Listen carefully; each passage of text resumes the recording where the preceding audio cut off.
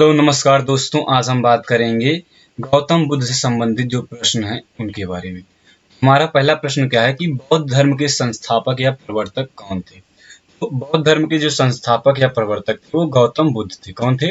गौतम बुद्ध थे बौद्ध धर्म के संस्थापक या प्रवर्तक। हमारा अगला प्रश्न क्या है कि बौद्ध धर्म की स्थापना दूसरा प्रश्न है गौतम बुद्ध का जन्म कब हुआ था? तो गौतम बुद्ध का जन्म हुआ था 563 ईसा पूर्व हुआ था। गौतम बुद्ध का जन्म 563 ईसा पूर्व हुआ था। हमारा अगला प्रश्न बन जाता है कि बौद्ध धर्म की स्थापना किसने की थी? बौद्ध धर्म की स्थापना किसने की थी? इसका सही आंसर हो जाएगा गौतम बुद्ध ने। क्यों? किसने कराया था? गौतम बुद्ध ने की थी।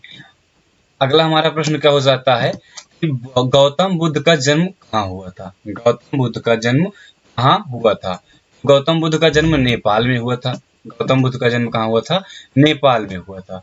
हमारा अगला प्रश्न क्या हो जाता है, पांचवा वाला, कि एशिया का ज्योतिपुंज किसे कहा जाता है? एशिया का ज्योतिपुंज किसे कहा जाता है?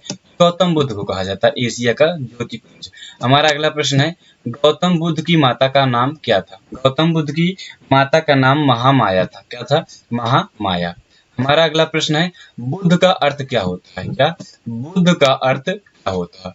बुद्ध का अर्थ ज्ञान होता है ज्ञान होता है। हमारा अगला प्रश्न है गौतम बुद्ध को ज्ञान की प्राप्ति कहाँ हुई थी?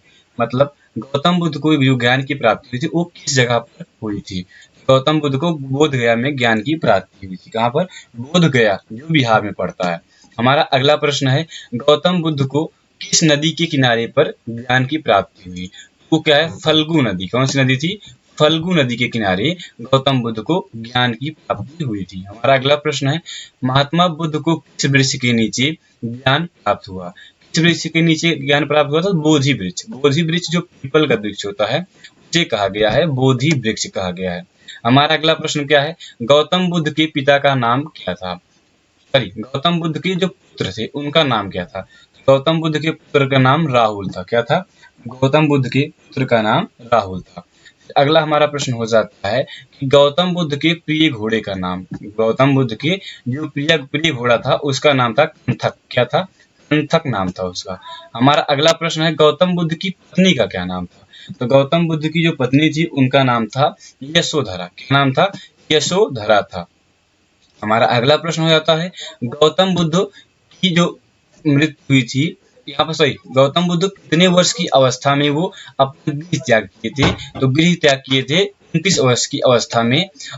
अगला हमारा प्रश्न हो जाता है कि गौतम बुद्ध गृह त्याग की घटना को क्या कहा जाता है? जो गृह त्याग की घटना थी उसे क्या कहा जाता है? तो देखिए गौतम बुद्ध के जीवन से कई सारी घटनाएं हैं, इनमें जैसे है गृह त्याग या फिर इनका जन्म क्या है इनके बारे में कहा जाता है, या जब ये अब उपदेश देते हैं इसके बारे में भी कई वो कहा जाता है।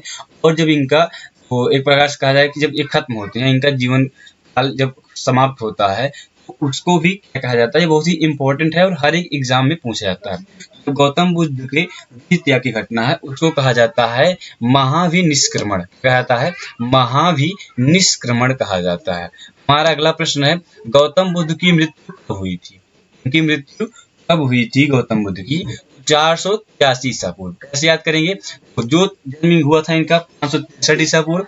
अगर 563 में हम देखो 63 इधर 83 आसानी से अगर रिलेट करके याद करेंगे तो याद हो जाएगा हमें। तो हमारा अगला प्रश्न क्या है कि महात्मा बुद्ध के शरीर त्याग को क्या कहा जाता है? जो इनका शरीर त्याग हुआ था इसे क्या कहा जाता है?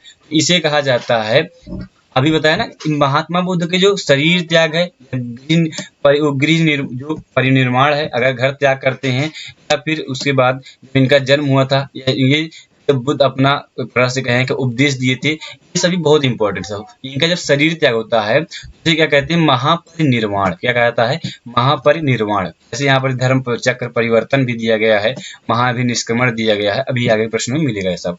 अगला है गौतम बुद्ध की मृत्यु कहाँ हुई थी? इनकी जो मृत्यु हुई थी वो कहाँ पर हुई थी? यहाँ पर कुशीनगर एक जगह है, कुशीनगर, वहां पर इनकी मृत्यु हुई थी, या कुशीनारा जिसको कहते हैं।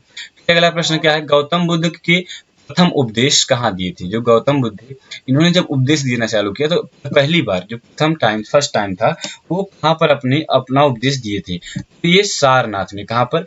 सारनाथ है वहां पर इन्होंने पहला अपना उपदेश दिया था। अगला हमारा प्रश्न हो जाता है, गौतम बुद्ध ने अपना पहला उपदेश किस भाषा में दिया? ये जो उपदेश दिए थे ये किस भाषा में दिए थे?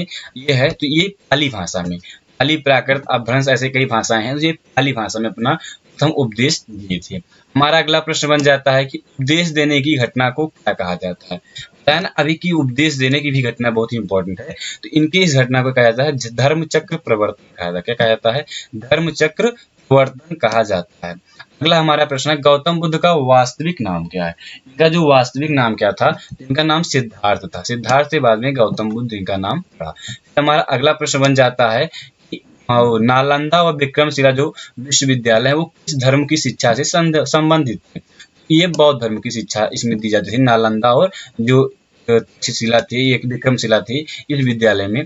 और दूसरा फिर कह रहे हैं कि विश्व का दूसरा सबसे बड़ा धर्म कौन सा है? विश्व का सबसे बड़ा धर्म ईसाई धर्म है, उसके बाद दूसरा जो धर्म है वो बौद्ध धर्म है। और इसके बाद अगला हमारा प्रश्न बन जाता है कि बौद्ध धर्म का मुख्य ग्रंथ, जैसे हिंदू धर्म का प्रमुख ग्रंथ होता है, ईसाई धर्म का, क्रिश्चियन धर्म का, ऐसे ही बौद्ध धर्म का जो प्रमुख ग्रंथ है वो क्या है? त्रिपिटक है। क्या है? त्रिपिटक है। अगला हमारा क्या हो जाता है प्रश्न?